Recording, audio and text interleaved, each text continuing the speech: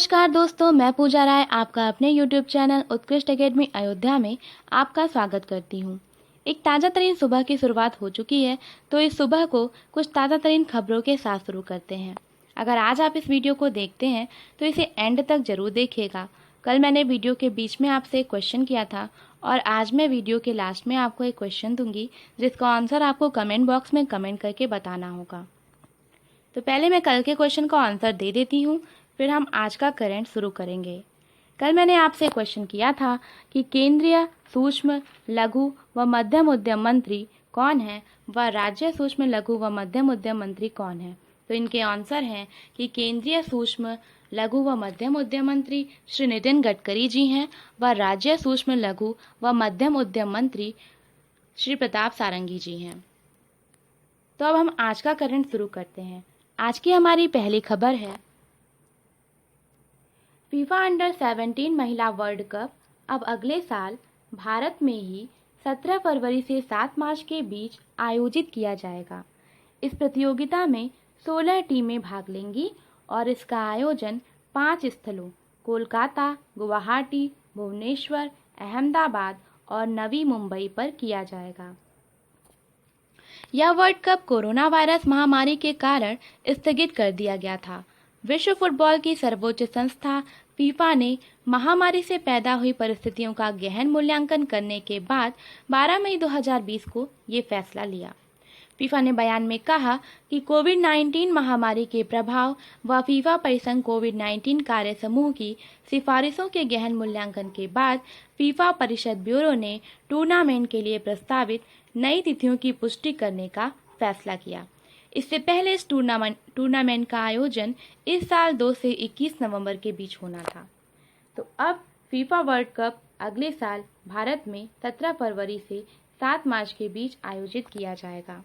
खेल मंत्री किरण रिजिजू जी हैं भारत के। फीफा की बात करें तो फीफा का फुल फॉर्म है federation international D football association. FIFA का मुख्यालय ज्यूरिख स्विट्जरलैंड में है।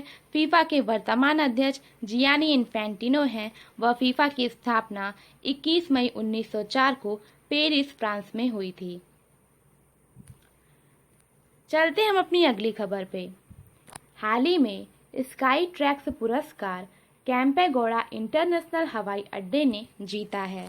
बेंगलुरु के कैंपेगौड़ा इंटरनेशनल हवाई अड्डे ने भारत व मध्य एशिया का सर्वश्रेष्ठ क्षेत्रीय हवाई अड्डे होने के लिए इस साल का स्काई ट्रैक्स पुरस्कार जीता है। यह पुरस्कार 6 महीने की सर्वेक्षण अवधि के दौरान 100 से अधिक देशों के ग्राहकों द्वारा किए गए सर्वेक्षण प्रश्नावली के बाद दिया जाता है। कैंपेगौड़ा अंतर्राष्ट्रीय एयरपोर्ट को ग्राहकों द्वारा वर्ष 2020 के वर्ल्ड एयरपोर्ट अवार्ड्स में पिछले 4 साल में तीसरी बार भारत व मध्य एशिया के सर्वश्रेष्ठ क्षेत्रीय हवाई अड्डे के रूप में वोट दिया गया था। इस वोट की बदौलत ही यह मध्य एशिया का सबसे अच्छा रीजनल एयरपोर्ट बनकर उभरा है। तो हाल ही में स्काई ट्रैक्स पुरस्कार जीता है कैंपेगौड़ा अंतर्राष्ट्रीय हवाई अड्डे ने। चलते हम अपनी अगली खबर पे। इंदुशेखर चतुर्वेदी ने MNRE ministry of new and renewable energy के नए सचिव के रूप में पदभार ग्रहण किया है। तो नए और नवीकरणीय ऊर्जा मंत्रालय के नए सचिव के रूप में पदभार किसने ग्रहण किया है? इंदुशेखर चतुर्वेदी ने। इंदुशेखर चतुर्वेदी ने आनंद कुमार का स्थान लिया, जो इससे पहले संस्कृति मंत्रालय के प्रभारी सचिव थे। हमारी अगली खबर अहमदाबाद से है। अहमदाबाद में होम डिलीवरी को 15 मई 2020 से अनिवार्य रूप से कैशलेस बना दिया है। सभी वितरण एजेंसियों को निर्देशित किया गया है कि वे नियंत्रण क्षेत्र से किसी भी डिलीवरी बॉय को नियुक्त न करें। तो हाल ही में किस शहर ने होम डिलीवरी को अनिवार्य रूप से कैशलेस बना दिया है? तो अहमदाबाद ने। चलते हैं अपनी अगली खबर पे। हाल ही में झारखंड की सोहराई खोवर पेंटिंग और तेलंगाना के तेलिया रुमाल को भौगोलिक संकेतक ज्योग्राफिकल इंडिकेशन टैग दिया गया है। झारखंड के हजारीबाग जिले में स्थानीय आदिवासी महिलाओं द्वारा सोहराई खोवर पेंटिंग बनाई जाती है।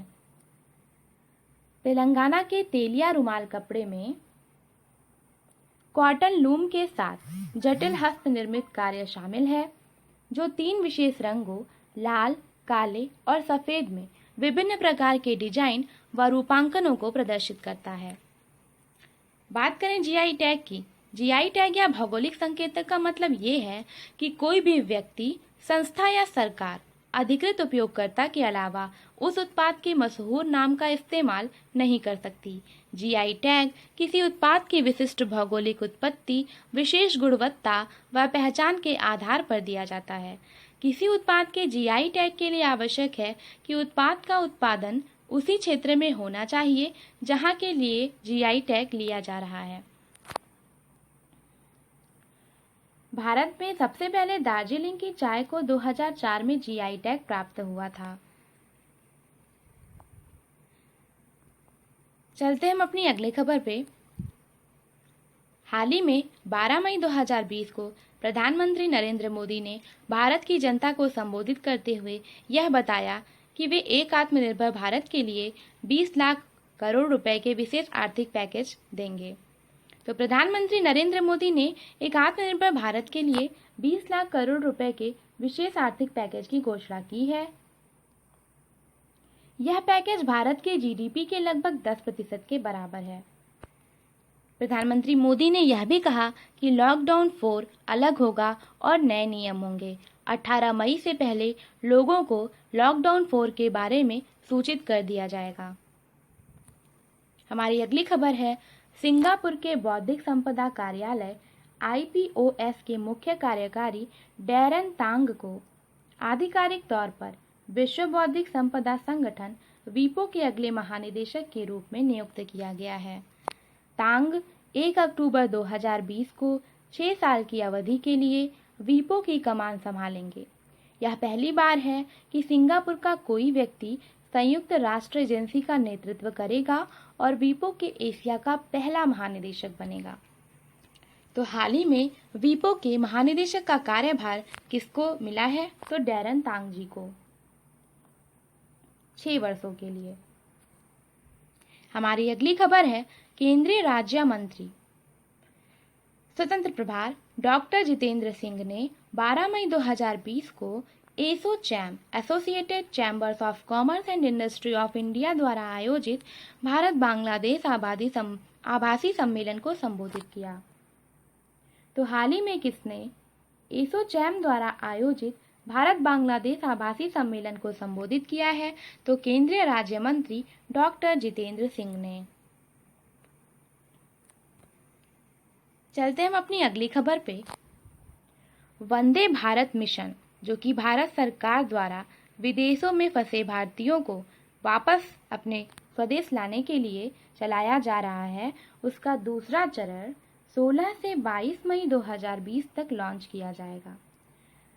वंदे भारत मिशन के पहले चरण की बात करें तो यह 7 मई से 13 मई के बीच में चलाया गया था।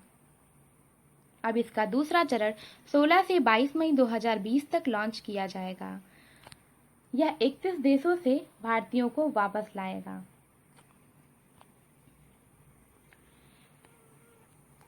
चलते हम अपनी अगली खबर पे।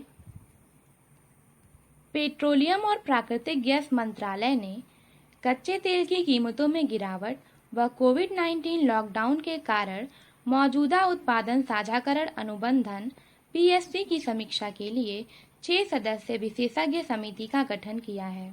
पैनल में ONGC ऑयल इंडिया आदि के सदस्य हैं। तो पेट्रोलियम और प्राकृतिक गैस मंत्रालय द्वारा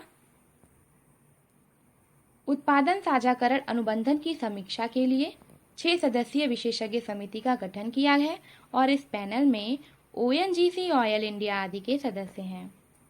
तो ये थे आज के कुछ हमारे इम्पोर्टेंट करेंट पॉइंट्स। और हमारे उत्कृष्ट अकेडमी अयोध्या की तरफ से आपको प्रतिदिन GS के 10 क्वेश्चन प्रोवाइड किए जाते हैं, तो आप उन्हें ज़रूर देखा करें और उसके बारे में अपने विचार हमें कमेंट बॉक्स में बताएं। आज का क्वेश्चन ऑफ द डे हमारा है कि ONGC की स्थापना कब हुई थी और ONGC के फुल फॉर्म और ONGC के बारे में आपको जो भी जानकारी है वो आप कमेंट बॉक्स में कमेंट करके बता सकते हैं। आज के लिए बस इतना ही। Have a nice day, bye bye.